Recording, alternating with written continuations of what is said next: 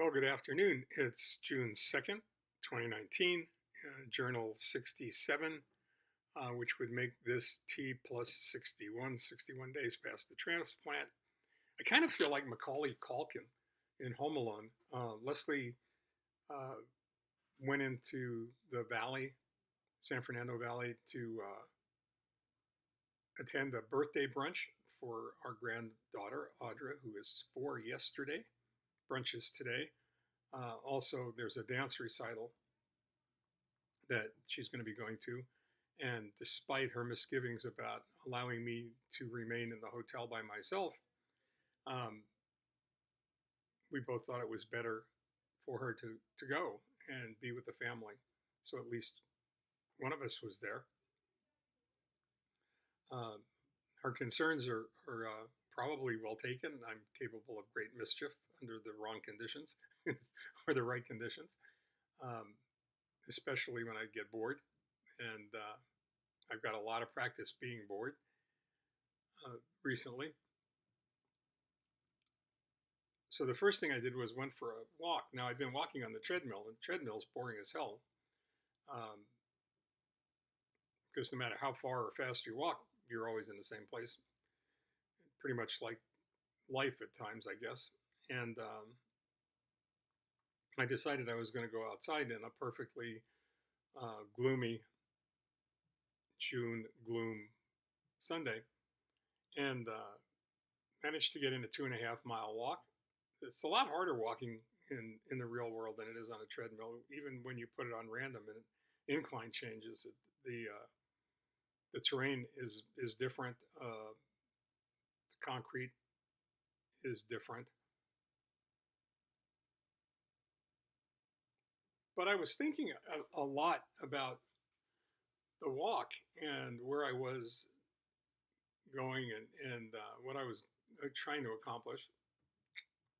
Eat, drink, walk. Try and get healthy as quickly as you can. Maybe get your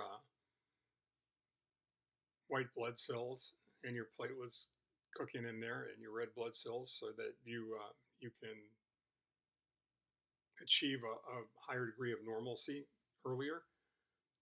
And it occurred to me, probably because I was planning on writing a letter to a friend, operative expression, writing a letter to a friend. Uh, and I started thinking about the things that walking, you're going to think this is strange, and I can't help that. But bear with me. If you don't like it, then I suppose you can start your own blog. Um, Only kidding. But writing a letter, handwritten letter, and walking have certain things in common that I think are kind of undeniable, and they're worthy of mentioning.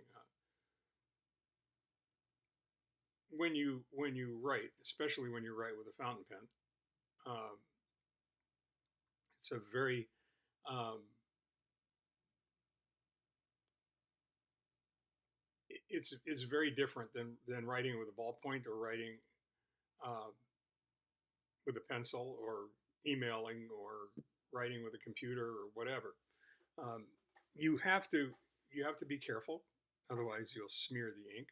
You have to be thoughtful. You really want to think about what you're going to write before you write it, so you have to slow down, which is something that most of us in this culture, in our society, find very difficult to do. Um, because it's really hard when you make a mistake. Um, it looks terrible and it stands out horribly. So you really have to think about what you're doing, and you have to slow down. And it's a much more tactile kind of experience. The friend of mine who sent me um, my writing supplies and was kind enough to purchase a pen that I fell in love with, um, talks about kinesthetic learning a lot. And to some degree, that's a big part of it. And when you walk, if you walk outside and you walk through neighborhoods, even if you walk through a park or a hiking trail, there is so much more to see than there is from the window or the windshield or the side window or even the back window of your automobile, uh, your car or truck, your motorcycle, whatever means of transportation you've chosen other than walking. And I was thinking about that as I was walking through the neighborhood right around the hotel. I mean, obviously, I don't have a car, so I can't go far. And I was noticing the houses in the area. Some of them have been completely redone, updated, upgraded. Some of them have been scraped, and new houses have been built on the property. Uh, some of them fit the neighborhood perfectly. Some of them um, are really out of place. You notice things like that. You notice lawn statuary of all things, um, and not just gnomes, but some actual statues. You remark internally on the houses that are extremely well manicured and taken care of, and the houses that are completely neglected, and you wonder about what stories um, each of these addresses, unique addresses, could tell if they were capable of telling that story. I suppose as a writer, that's what I do at any rate. Um, when you're walking and cars are around you, as they are in this neighborhood, you wonder if they're going to stop when you're in a crosswalk. Um, are they going to run over you? Uh, you notice if you were raised in the industry that I was raised in and worked in for my entire adult life, you wonder about the cars in the driveway, and particularly the cars that are under canvas covers, under tarps, and wonder what they are, if you can figure out what they are from what you can see and what state of restoration they're in. Used to kid around at the shop and call it the three R's. Reading, writing, arithmetic used to be the three R's. I used to call it uh, repair, restoration, and resurrection. And most cars that are covered with a tarp are either perfectly restored and covered to protect the car from or truck from the weather, or to hide it, as it were. So you wonder about things like that, and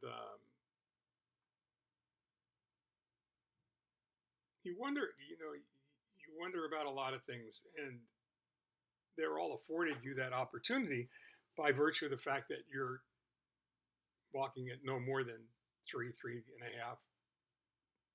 miles an hour, which is pretty fast for walking. It's adequate for walking, but it's certainly not the 25 or 30 or 60 miles an hour that you see people driving down the side streets around the hotel. And I think the lesson, for me at least, is sometimes it's good to slow down. Sometimes it's really critically important to literally smell the roses that border some of the addresses that I walked past. Um, Sometimes it's good to smile. I mean, even though people can't see me smile because I'm wearing a mask when I'm walking outside the hotel room, it's I think it's something that they can tell from your eyes when you're smiling, and when you say hi, they respond. They say hello back.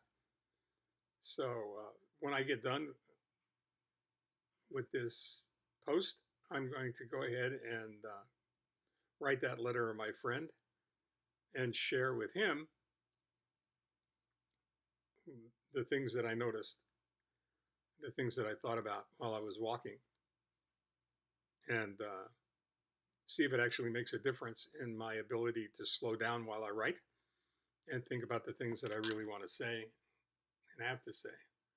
In the meantime, stay well, take care. Eventually, the sun will come up, I think. The sun will come out, and we'll be able to warm up a little bit. Till then, stay well and take care.